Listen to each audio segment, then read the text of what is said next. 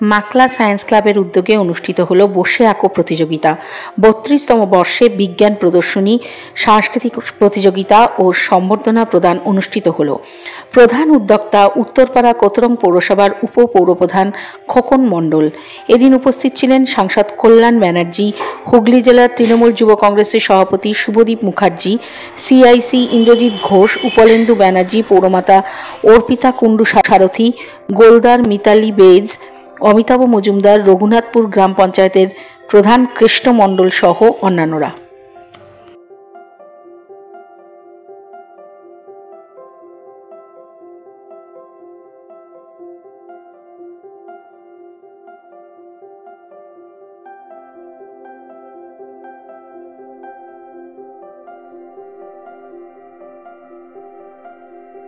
হ্যাঁ, আমাদের মাকলা সায়েন্স ক্লাবের যেটা হচ্ছে ৩২তম বিজ্ঞান প্রদর্শনী, সাংস্কৃতিক অনুষ্ঠান, সংবর্ধনা অনুষ্ঠান, সবাই সমস্ত ক্লাবের মেম্বার্স, মহিলা সদস্যা, সমস্ত উদ্যোক্তা কর্মকর্তা এবং এলাকার মানুষের সহযোগিতায় আমাদের উত্তরপাড়া কোতরং বোর্ড, তার সমস্ত কাউন্সিলার্স বোর্ডের সহযোগিতায় আমরা আজকে ৩২ বছরে পা দিয়েছি।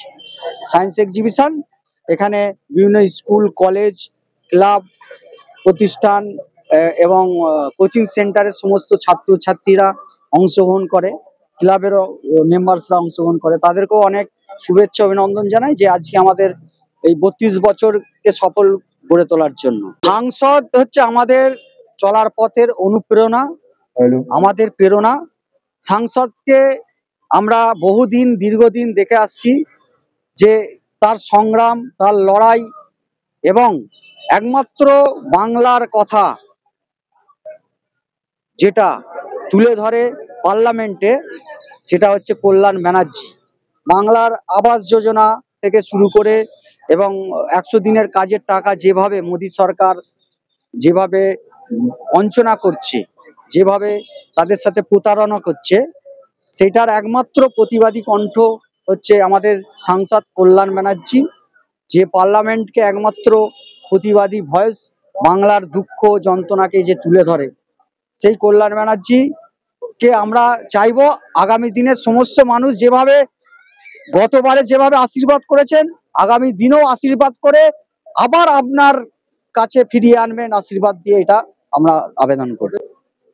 মোটামুটি ৫০০ জন, মানে ক, খ, গ ৩টে গ্রুপ। সকালের দিকে 2টো গ্রুপ হয়ে গেছে, এখন একটা গ গ্রুপ। ২১ তারিখ আন্তর্জাতিক মাতৃভাষা দিবসকে স্মরণ করে সেই শহীদদের স্মরণ করব, যারা মাতৃভাষা দিবসে প্রাণ হারিয়ে দিয়েছিল, যারা আত্মবলিদান দিয়ে শেষ করব।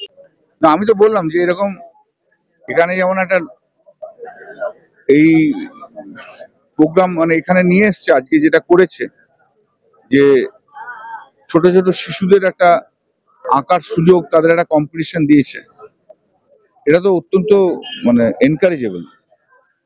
কারণ বাচ্চা ছেলে মেয়েদের তাদেরকে একটা প্ল্যাটফর্ম দরকার হয়, যে পাড়াতেই বলুন আর অঞ্চলেই বলুন, সেই প্ল্যাটফর্ম থেকেই সে আস্তে আস্তে তাদের শেখে এবং তাদের প্রতিভা বিকশিত হয়।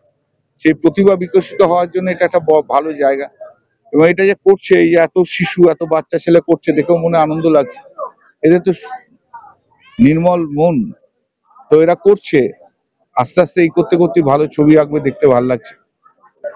আর আপনি যেটা প্রশ্ন করলেন সেটা হচ্ছে এখন ইটস এ গ্রেট ডিজিজ এখন, যে সবাই এত বেশি ইলেকট্রনিক ডিভাইসের মধ্যে আটকে গেছে, আইপ্যাড বলুন, মোবাইল বলুন, অন্য কিছুতে বলুন, তাতে কিন্তু অনেক ক্ষতি হয়ে যাচ্ছে। পড়তে হবে, দেখা আর পড়ার মধ্যে তফাৎ আছে।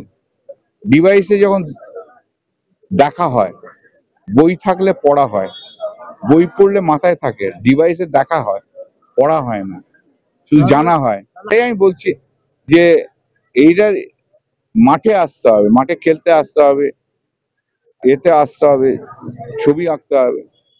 রিসেন্ট ডেজে অনেক রকম এই যে শিশুদের মধ্যে একটা রোগ ছড়িয়ে পড়ছে, যে অনেক ডাক্তারই বলেছে, অনেক ডাক্তার আমি দেখেওছি, প্রেসক্রিপশনও দেখেছি, যে এই বাচ্চা বাচ্চা ছেলেরা 4-5 বছর, 6 বছর, 7 বছর ধরুন এই আগে যখন কোভিড ছিল না, করোনার সময় ভার্চুয়াল ক্লাসে হয়ে পড়ে, সেই তার থেকে তাদের হ্যাবিটটা গ্রো করে গেছে। সেই হ্যাবিটটা গ্রো করে যাওয়ার পরে সবাই একটা অ্যাডিকশন চলে এসছে, মোবাইল আইপ্যাড এই নিয়ে রয়েছে। বোধহয় পড়াশোনাটা কম হচ্ছে, সবাই অন্যান্য ব্যাপারে খেলাধুলোয় মোবাইলের মধ্যে দিয়ে খেলা টেলা হেন তেন তার মধ্যে অ্যাডিক্টেড হয়ে যাচ্ছে। এতে কি হচ্ছে, এই যে বাচ্চা যারা আছে 5-6 বছর 7 বছর ছেলে, তাদের কিন্তু রেজিস্ট্যান্স পাওয়ার কমে যাচ্ছে। অনেক ডাক্তার যারা অসুস্থ হয়ে যখন ছেলেরা যাচ্ছে, অনেক ডাক্তার কিন্তু প্রেসক্রাইব করছে 8 ঘন্টার বেশি আইপ্যাড দেখা চলবে না। তো এটা একটা ডেঞ্জারাস, এটা একটা অ্যালার্মিং জোন। সবাইকে টেক কেয়ার করতে হয়। প্রতিটা জিনিসের তো ভালো আছে খারাপ আছে, তো আমাদের ভালোটা নিতে হবে, খারাপটার দিকে আমাদের প্রিকশন নিতে হবে। সেই প্রিকশনটা নেওয়ার জন্য আমি এই কথাগুলো বলছি। না, এটা তো একটা শুভ উদ্যোগ। কারণ আজকালকার দিনে বাচ্চারা সবাই, বাচ্চার মায়েরা বিশেষ করে, যে তারা একটু, আমার বাচ্চাটা একটু আঁকায় পারদর্শী হোক, একটু খেলায় পারদর্শী হোক, এগুলো মায়েরা বাবারা চায়। সেই দিক থেকে এই অঞ্চলে প্রচুর বাচ্চা আছে।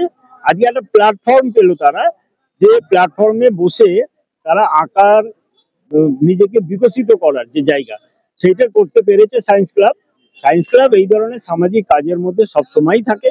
এটা আর একটা সংযোজন বলা যায়। প্রয়াস, এটা খুব ভালো প্রয়াস। এই ধরনের আঁকা প্রতিযোগিতা, এই ধরনের কুইজ কম্পিটিশন বিভিন্ন জায়গায় হয়ে থাকে, এটা খুব ভালো প্রতিযোগিতা, এটা খুব ভালো উদ্যোগ। এই ধরনের উদ্যোগের ফলে ছোট ছোট বাচ্চারা আরো উৎসাহিত হবে, তারা ভালো এই ধরনের আঁকা, এই ধরনের গান বাজনা, এই ধরনের কুইজের জন্য আরো উৎসাহিত হবে। এটা খুব ভালো উদ্যোগ, আমি খুব প্রশংসা করছি আমি তার। কারণ প্রচুর ছেলেমেয়েরা এসছে, প্রচুর ছেলেমেয়েরা অংশগ্রহণ করেছে, সব মিলিয়ে খুব ভালো অনুষ্ঠান।